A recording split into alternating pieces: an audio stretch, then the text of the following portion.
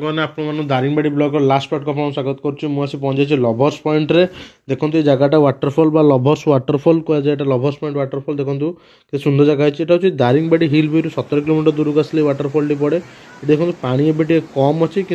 Last मुझे 2018 आसती बहुत पानी थी मुझे बहुत गाधे पाधे मस्ती करी एवं देखते पानी कम अच्छे के बढ़िया लगुच जगटा आम अलरेडी से भोजी भोजी कर तो ये किसी गाधे ना तो आम यार भ्यूटा को एंजॉय करुँ मजा नौ ये सब जिन देखला बहुत मजा लगा आम बाहर चलू आम गाँव को घर को आम मैंने गाड़ी पूरा मस्ती कर गीत गाई गाई आम जाइचु आपने शुणु एंजॉय करूँ आम मस्ती और गीत गाइबार स्टाइल को समस्त भाई मैंने पूरा एंजॉय कर गीत सब पुणा पुणा गीत गुड़ा गाँव और एंजॉय करूँ।